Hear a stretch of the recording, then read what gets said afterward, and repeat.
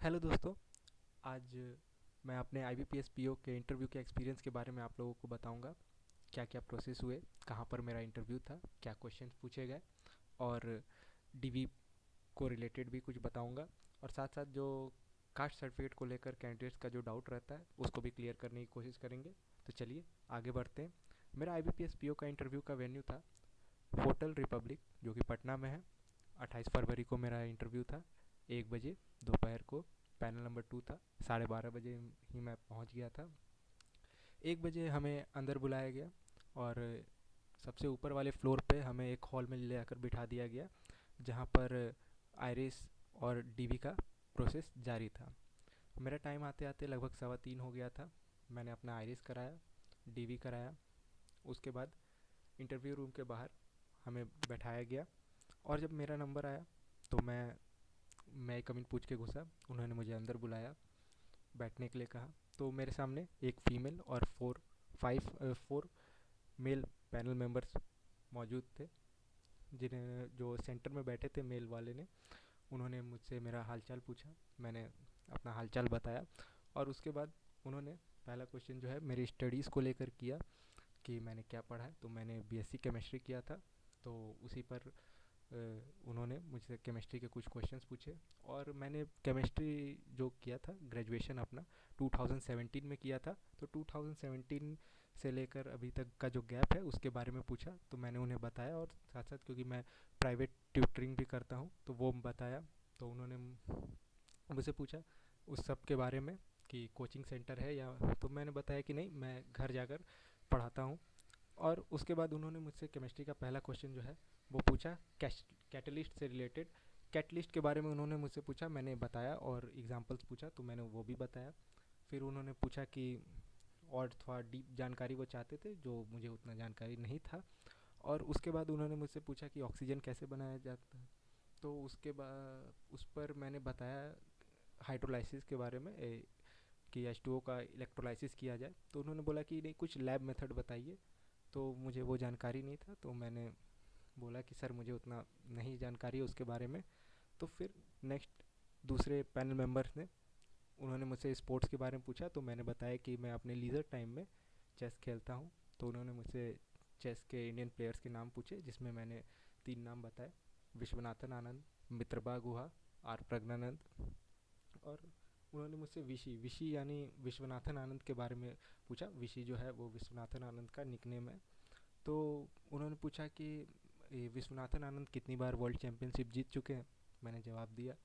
और वो किस बोर्ड ऑफ डायरेक्टर्स में शामिल हुए थे, ये मुझे जानकारी नहीं था, तो मैं उनको ये जवाब नहीं दे पाया। फिर नेक्स्ट फीमेल पैनल मेंबर ने मुझसे नेगोशिएबल इंस्ट्रूमेंट के बारे में पूछा। मैंने वो बताया उसके बारे में। और साथ साथ दूसरा क्वेश्चन उनका था बिल ऑफ एक्सचेंज के बारे में, जो मैं नहीं बता पाया। और मैंने सॉरी कहा कि मैं बिल ऑफ एक्सचेंज के बारे में अभी मुझे याद नहीं आ रहा है।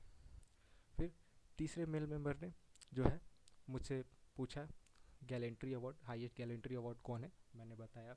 हाईएस्ट सिविलियन अवार्ड जो कि भारत रत्न है, मैंने बताया। तो उन्होंने रिसेंट रेसिपिएंट्स के नाम पूछे मुझसे। और तो मैं उन्हें, वही मुझे रिसेंट वाला याद नहीं था, तो उन्होंने बोला अच्छा ठीक है, 2 प्रेसिडेंट के नाम ही बता दीजिए जिनको ये अवार्ड मिला है। तो मुझे उस समय फ़िलहाल सिर्फ प्रणब मुखर्जी जी की का ही नाम याद आ रहा था, तो मैंने वो जवाब दिया। और दूसरा मैं नहीं दे पाया, मुझे कलाम सर का याद ही नहीं आया कि कलाम सर को भी मिला है, दिमाग में ही मेरे नहीं आया। उसके बाद उन्होंने फिर मुझसे टाइप्स ऑफ डिपॉजिट के बारे में पूछा, जिसमें मैंने टर्म डिपॉजिट और डिमांड डिपॉजिट को एक्सप्लेन किया, उसके डिटेल्स बताए। उन्होंने मुझसे पूछा कि क्या अगर डिमांड डिपॉजिट है, तो टर्म डिपॉजिट के बारे में पूछा कि अगर हमें पहले पैसा चाहिए होगा तो क्या वो नहीं मिलेगा।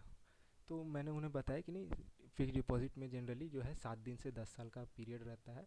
उसमें हम लोग कभी भी अपने FD को तोड़ सकते हैं और उसमें हमें पैसा मिलेगा। उसमें प्रिंसिपल का कोई लॉस नहीं होता है, बस जो चार्जेस लगते हैं बैंक के वो लगेंगे और प्रिंसिपल का लॉस नहीं होगा। उस पर उन्होंने पूछा कि अच्छा इंटरेस्ट किस पे मिलता है जो डिमांड डिपॉजिट वाले।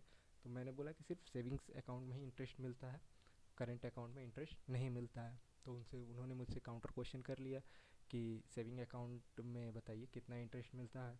तो मुझे लास्ट याद था बैंक ऑफ इंडिया का, मैंने चेक किया था तो मैंने बताया सर मुझे लास्ट जो याद है बैंक ऑफ इंडिया का, मैंने वो चेक किया था तो वो 2.99% था। तो उन्होंने मुझसे पूछा बैंक ऑफ इंडिया का, तो मैंने बोला कि सर मेरा अकाउंट है वहाँ। अच्छा आप, उन्होंने बोल जवाब दिया अच्छा आपका अकाउंट है, हाँ तो इसीलिए आपको याद है। अच्छा तो मैंने बोला हाँ बिल्कुल, मुझे वो इसी कारण से बैंक ऑफ इंडिया का याद है कि कितना उसमें है। उसके बाद उन्होंने मुझसे कासा के बारे में पूछा, मैंने कासा के बारे में उन्हें बता दिया सब कुछ। नेक्स्ट, जो मेल फोर थे पैनल मेंबर में, वो सिर्फ मुझे ऑब्ज़र्व कर रहे थे, उन्होंने मुझसे कोई क्वेश्चंस नहीं पूछे। तो इस तरीके का मेरा जो है वो सारा इंटरव्यू सेशन गया, लगभग सब कुछ गया। वही मैं कुछ 3 से 4 जवाब जो मैं नहीं दे पाया, बाकी सब मैंने सारे काउंटर क्वेश्चंस के जवाब दिए। लगभग 4 क्वेश्चंस के ही मैं जवाब नहीं दे पाया था।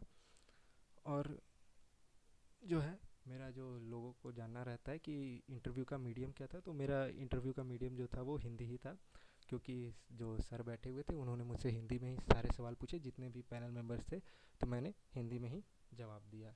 और सभी पैनल मेंबर्स पे भी डिपेंड करता है कि वो किस मीडियम में सवाल पूछते, कुछ इंग्लिश में भी पूछ सकते, कुछ हिंदी में भी पूछ सकते, लेकिन मेरे पांचों पैनल मेंबर्स वैसे पूछ तो चार ही रहे थे, तो चारों ने मुझसे हिंदी में पूछा था, तो मैंने हिंदी में जवाब दिया था।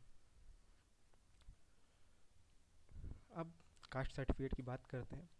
तो कास्ट सर्टिफिकेट को रिलेटेड में था कि मेरा भी जो था कास्ट सर्टिफिकेट जो था वो अंडर प्रोसेस था, तो मैं अपना पुराना वाला कास्ट सर्टिफिकेट लेकर गया था और नए वाले कास्ट सर्टिफिकेट का मैं अंडर प्रोसेस वाला एप्लीकेशन प्रिंट लेकर गया था। तो डीवी के दौरान ही मैंने उन्हें बताया, तो डीवी वालों ने बोला मुझे, जो डॉक्यूमेंट वेरिफिकेशन कर रहे थे, कि आप बस एक एप्लीकेशन लिख दीजिए कि आप ज्वाइनिंग के समय कास्ट सर्टिफिकेट सबमिट कर देंगे और उसके बाद आप ठीक है आपका सब कुछ। और मैंने वही किया, कास्ट सर्टिफिकेट को सबमिट कर दिया। और उसके साथ साथ मैं आपको बता दूं कि क्या क्या मुझे ज़रूरतें पड़ी, क्या क्या उन्होंने मुझसे मांगा। तो सबसे पहले तो 10th के मार्कशीट, जो कि डेट ऑफ बर्थ के लिए ज़रूरी होते हैं। 12th का मार्कशीट आप दे भी सकते हैं, नहीं भी दे सकते, आप पे डिपेंड करता है।